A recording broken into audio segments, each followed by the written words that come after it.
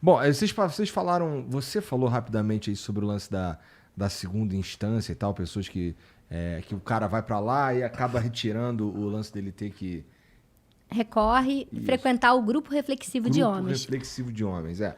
Mas o meu ponto é mais sobre a segunda instância, que por um tempo aqui no Brasil aqui podia prender depois da segunda instância. Adoro esse assunto. E agora não pode mais, né?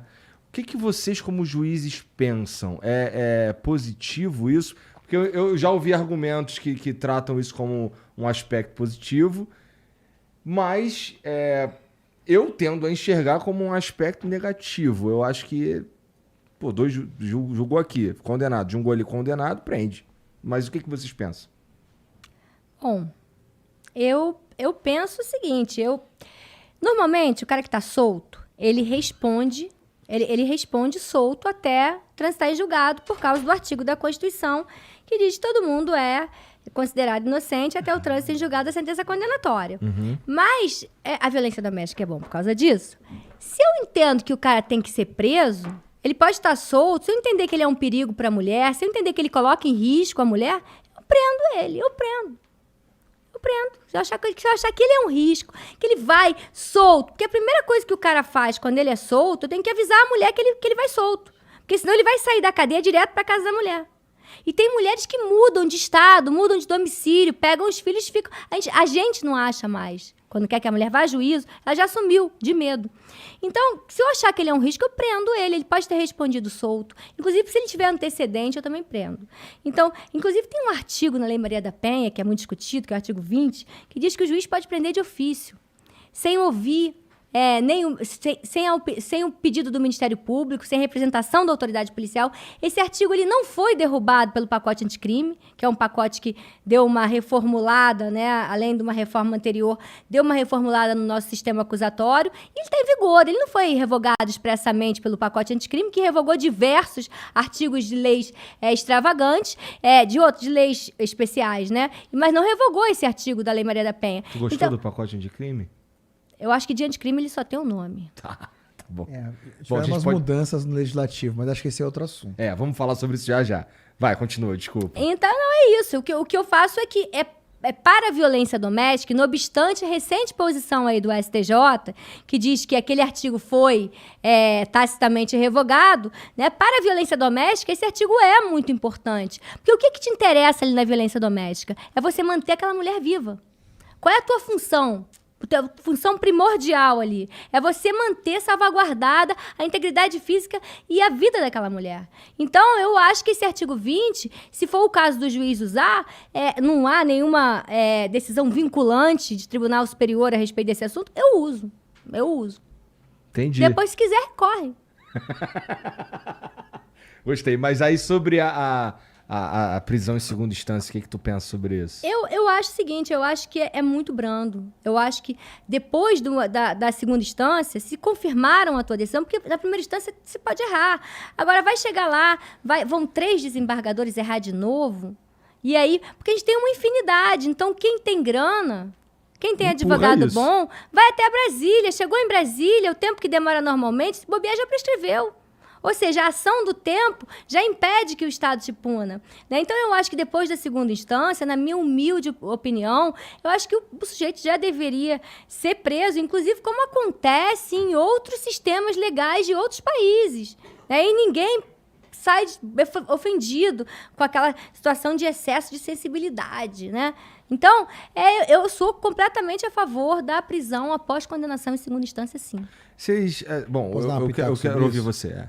Então, em primeiro lugar, do ponto de vista do que a gente chama de jurisprudência, né, que é o que o judiciário decide, e isso chegou no Supremo, o Supremo já pensou de um jeito, agora pensou do outro. Por que isso acontece? Pela redação da Constituição, que não é uma redação fácil de você interpretar do ponto de vista de admitir a prisão em segunda instância. Que ela fala em trânsito em julgado, aí tem interpretações, sempre vai ter. Eu quero sair um pouco disso, e super respeitando o que o Supremo pensa, e falar do ponto de vista científico, de novo, né? Isso foi parte do meu estudo na vida acadêmica. E o que eu estudei e acho que todo mundo vai entender. Eu vou explicar primeiro com a provocação e depois eu vou trazer o argumento teórico. A provocação é assim. O Igor, se eu virar para você e falar assim, cara, você não pode fazer tal coisa, senão você vai tomar uma multa. Se eu falar para você, ó, você vai tomar essa multa e você precisa pagar essa multa amanhã. Depois eu digo assim, você vai tomar essa multa e você vai ter que pagar essa multa daqui a 10 anos. Faz diferença para você? Muita diferença. Pra caralho, né? É. Então vamos lá. Existe um viés cognitivo, ou seja, um viés cognitivo é o quê? É uma falha na racionalidade humana chamada desconto hiperbólico. O que é o desconto hiperbólico? É a hipervalorização do presente em detrimento do futuro. Por conta dos nossos amiguinhos lá das cavernas, né? O nosso cérebro ele foi formado de um jeito que a gente valoriza demais o presente. Porque o cara sair da caverna era matar ou morrer todo dia, irmão. Não dava pro cara ficar pensando, não, o que eu vou fazer daqui a 5 anos, né? Uhum. Só que mudou. A gente não tá mais nesse período, nesse momento. Mas o cérebro, no sistema 1, ele continua funcionando desse jeito. Então, o que se descobriu? Que as penas não precisam necessariamente ser tão altas. E esse é um puta problema do nosso legislativo, que quando dá alguma merda, os caras aumentam a pena. Mas eles não mudam o devido processo legal. Eles não mudam o procedimento, o caminho entre uma acusação e o cara cumprir a pena. E uma forma de mudar isso, e aí eu não estou entrando né, advogados que estão me vendo aqui, juristas, eu não estou entrando na interpretação da Constituição. Estou falando do ponto de vista das ciências comportamentais. O sujeito que fala assim, porra, se eu cometer um crime, eu vou ser denunciado, processado, vou ter direito a me defender, tal. Mas se eu for condenado, irmão, eu vou preso. E essa discussão nem chegou no Brasil, né? Porque você vai ser condenado, você pode recorrer. O teu recurso vai ter efeito suspensivo. Vai para o tribunal. Segunda instância, como você falou, né? Isso ficou famoso por causa da Lava Jato, isso que é verdade. Yeah. Se você for condenado em segunda instância, vai preso. Beleza? Então vai levar quantos anos? Sei lá. A Lava Jato foi muito rápida, né? Mas normalmente vai levar, sei lá, 4, 5 anos, 3 anos, 2 anos, depende do tribunal. Não. Não vai ser esse o momento no tempo que você vai ser preso. Você ainda pode ir para Brasília, né? E lá tem 2 instâncias, na verdade. Tem o STJ e tem o STF. Um bom advogado, e quando eu falo um bom advogado, é um elogio, tá? Porque eu faria isso. Você vai trabalhar com a lei e vai tentar encaixar os 2 recursos, né?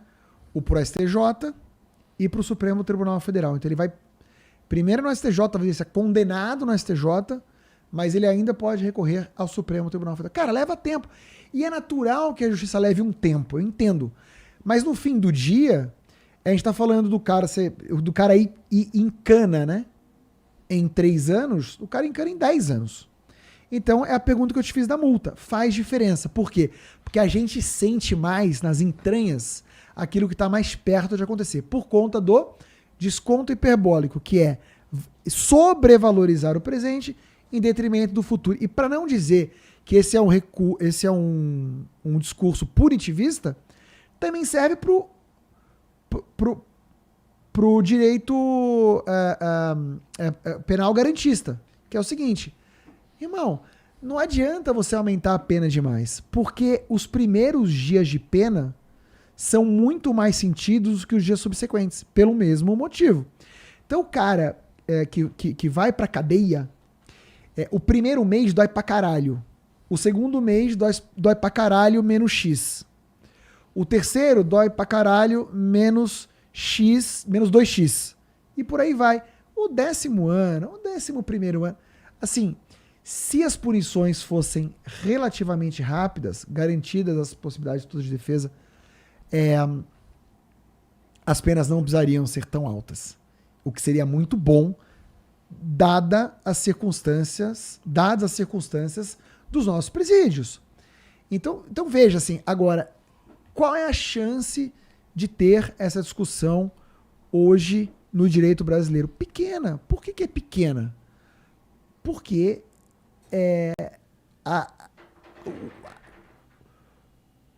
tem que tomar cuidado para falar isso assim. A formação do direito brasileiro, a cultura do direito brasileiro, ela não olha para fora do direito, o que é bizarro. Porque se o direito quer regular comportamento, ele tem que olhar para ciências comportamentais bem-sucedidas. Ele tem que olhar para a psicologia, ele tem que olhar para a economia e tem que olhar para as neurociências, que afinal de contas, cara, tem só 20 anos, 20 e poucos anos, na verdade, que a gente tem chance de olhar o cérebro funcionando. Não tinha ressonância magnética há 30 anos, sabe? Não tinha. Então, assim, enquanto a gente não tiver... E essa é uma das minhas missões de vida, é introduzir esse debate. E tá funcionando. Graças a Deus tá funcionando. Então, acho que, assim, quanto mais a gente se preocupar em debater a parada de maneira técnico-científica e menos ideológica, porque se for ideológico, o Sistema 1 não vai deixar a gente debater. Porque você vai falar uma parada que a minha ideologia vai ser contra. Eu vou dizer assim, porra, Igor, você é um merda. Tá falando uma parada que eu não concordo. Por quê? Porque você é idiota, imbecil. E bom, a gente tá vendo isso acontecer, né? Sim. O debate sai da racionalidade e vai para a irracionalidade. Sai do Sistema 2 e vai para o Sistema 1. E, pô, mas então eu suponho que tu é a favor de uma prisão em segunda instância. Do ponto de vista técnico-científico e do ponto de vista prático, bom, resumindo, do ponto de vista sistêmico, sem dúvida alguma. Entendi. Bom, cara, eu, assim, essa discussão nem passa pelo Brasil, mas por que não pode ter uma prisão após a primeira instância? Ah, porque o juiz erra. Irmão, o tribunal é feito de juízes. O STJ, o Supremo, é tudo ser humano julgando. Os vieses cognitivos são semelhantes. Até acho interessante. O colegiado, né? São 3 pessoas julgando no tribunal, às vezes podem ser mais pessoas. Mas quando você estuda também a dinâmica do julgamento colegiado, as influências, o poder de argumentação, tudo isso também pode gerar refração. E outra coisa, o juiz de primeiro grau, quem que ouviu o réu ali falando? Quem que ouviu as testemunhas? Quem colheu a prova? O juiz de primeiro grau. Quem tá na ponta somos Tá nós. na ponta de primeiro grau. Agora, eu até acho que o filtro, para uma coisa tão importante como o direito penal que lida com a liberdade, eu acho que o filtro da segunda instância é importante. Agora, não tem um país de primeiro mundo que adota 4 instâncias para o sujeito ir preso. Ah, então o Supremo está errado. Aí não é isso, cara. Tem uma questão da Constituição brasileira.